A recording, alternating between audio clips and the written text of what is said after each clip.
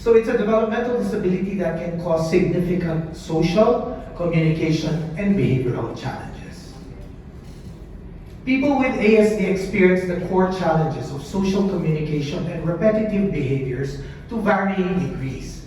Some may be nonverbal, while others may be articulate but struggle with social cues. And repetitive behaviors can range from mild preference to intense routines. So, as of late, children who have autism, as identified by the Child Development Center, is 1 in 36. When I started training, it was 1:500. So you can see that over the past 20 years, this is how the statistics are. It could be because we know how to diagnose them better now, or an actual increase, and this is global. That's CDC, Center for Disease Control. Now, what are some underlying causes? They're complex and not fully understood. Genetics play a big role, but there's a vast spectrum of genetic variations, and environmental factors may also interact with these genes. Just as mentioned by Candy Pangilinan, that we didn't know how it was then, and it continues to evolve until now. Diagnosing ASD can be difficult because there's no medical test. You can't run a test and say your child has autism, like a blood test, to diagnose a disorder. So we look at a child's developmental history and behavior to make a diagnosis. Diagnosing children with ASD as early as possible is important to make sure children receive the services and supports they need to reach their fullest potential. So the key here is early identification, early intervention, better prognosis. So a child who comes to us as early as 2 years old or below 2 years old, because we can diagnose autism as early as 18 months. 2 years old, one thing for us to remember is that a child should have 50 words, excluding mama, papa, lolo, lola, ama, angkong. Okay? And if the child doesn't have that, then it would warrant a developmental consult. I would always tell my friends, general pediatricians, when the mother poses a concern, don't dismiss it. That's a boy, so he's supposed to be late. On the contrary, boys and girls have to have those 50 words by 2 years old. So it is important that once autism has been diagnosed, children and adolescents, adults with autism and their caregivers are offered relevant information, services, referrals, and practical support in accordance with their individual and evolving needs and preferences. Seek to reduce symptoms that interfere with daily functioning and quality of life. There are evidence-based psychosocial interventions which improve communication and social skills with a positive impact on the well-being and quality of life of both autistic people and their caregivers. It affects each person differently, meaning people with ASD have unique strengths and challenges and different treatment needs. Treatment plans will usually involve multiple professionals and are catered toward the individual.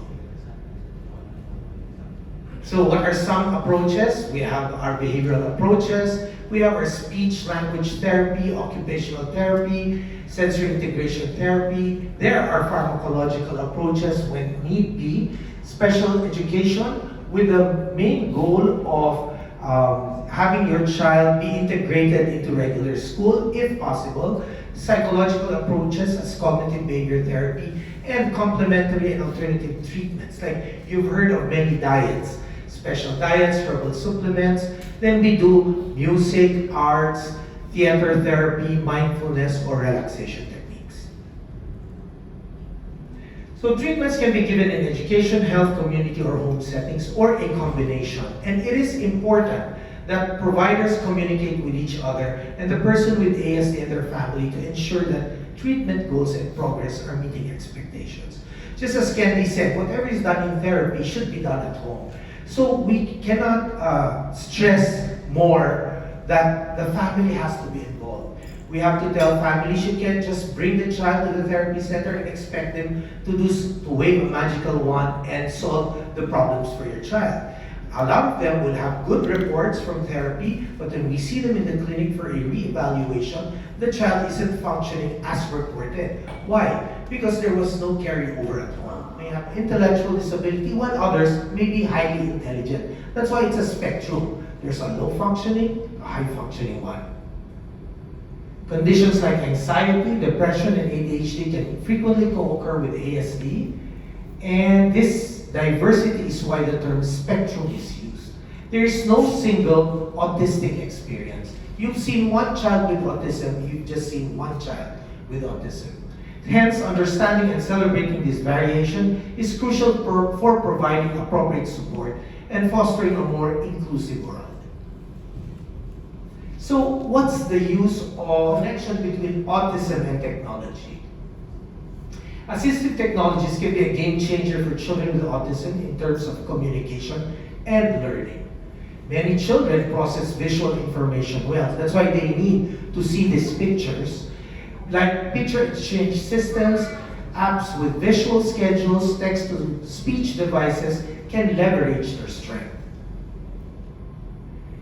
For children who struggle with verbal communication, assistive technology tools like augmentative and alternative communication, or the AAC devices, can provide a voice.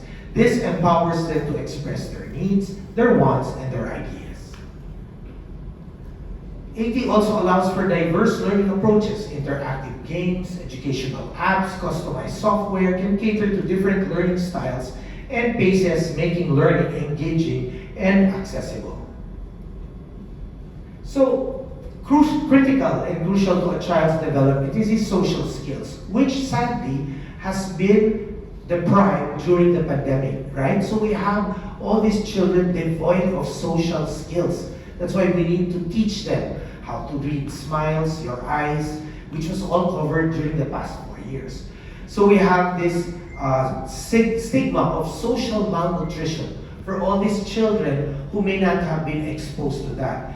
How would they connect seeing their grandparents online and seeing them now face to face? There was a big divide that we had to transition them.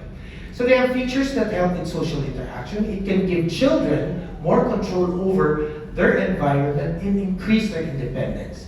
There are voice-activated switches to operate devices or schedule cards to manage routines, fostering a sense of independence and accomplishment. It can also boost confidence because they become more effective communicators. You see, many children cannot express themselves. That's why they tend to have an outburst. They will hit their head, they will shout, because they can't be understood. So can you imagine if you bridge this gap? It can motivate them to participate more actively in various settings. So AT offers a unique, powerful set of tools to bridge communication gaps, enhance learning experience, and keyword, empower children with autism to, again, not just reach their fullest potential, but I would add, to be the best version of themselves. Autism and social media. We know that social media, or we would always tell parents, age 2 and below, you're not allowed to use any of the gadgets. Why? Because this is a critical period of learning through touch and your relationship with your parents and siblings. A lot of our outpatient consults now in the hospital is speech delay, not anymore pneumonia. So I would tell them, no gadgets for the next 6 months, and you would see some children starting to talk better. Why? When you see people in a gathering in the restaurants, everybody has a tablet. You see children on their strollers nakahawak ng tablet. So we don't need to make all these tablets be our enemies, but use it for them to learn at an appropriate age, right? Kasi some of them, ang tawag na dun all of you, what you all have to be on your phones. Parang kayo nagpe-prayer meeting, di ba? Nakaupo. Nobody's engaging. You are disconnected from the very people you have to connect with in the table at the presence. So, we have become a force, multiply for spreading awareness and building communications around ASD. Social media platforms give bullhorn to individuals and families impacted by ASD. They can share their stories, challenges, and triumphs, fostering a deeper understanding and empathy in the broader community. So, hashtags like hashtag as autism acceptance, celebrate neurodiversity will raise awareness on a massive scale. Social media connects people with ASD and their loved ones to others going through similar experiences, shared best practices. And Facebook groups, online fora, communities on platforms like Reddit create a space for sharing experiences, advice, and emotional support. This will then foster a sense of belonging, and reduces feeling of isolation. By openly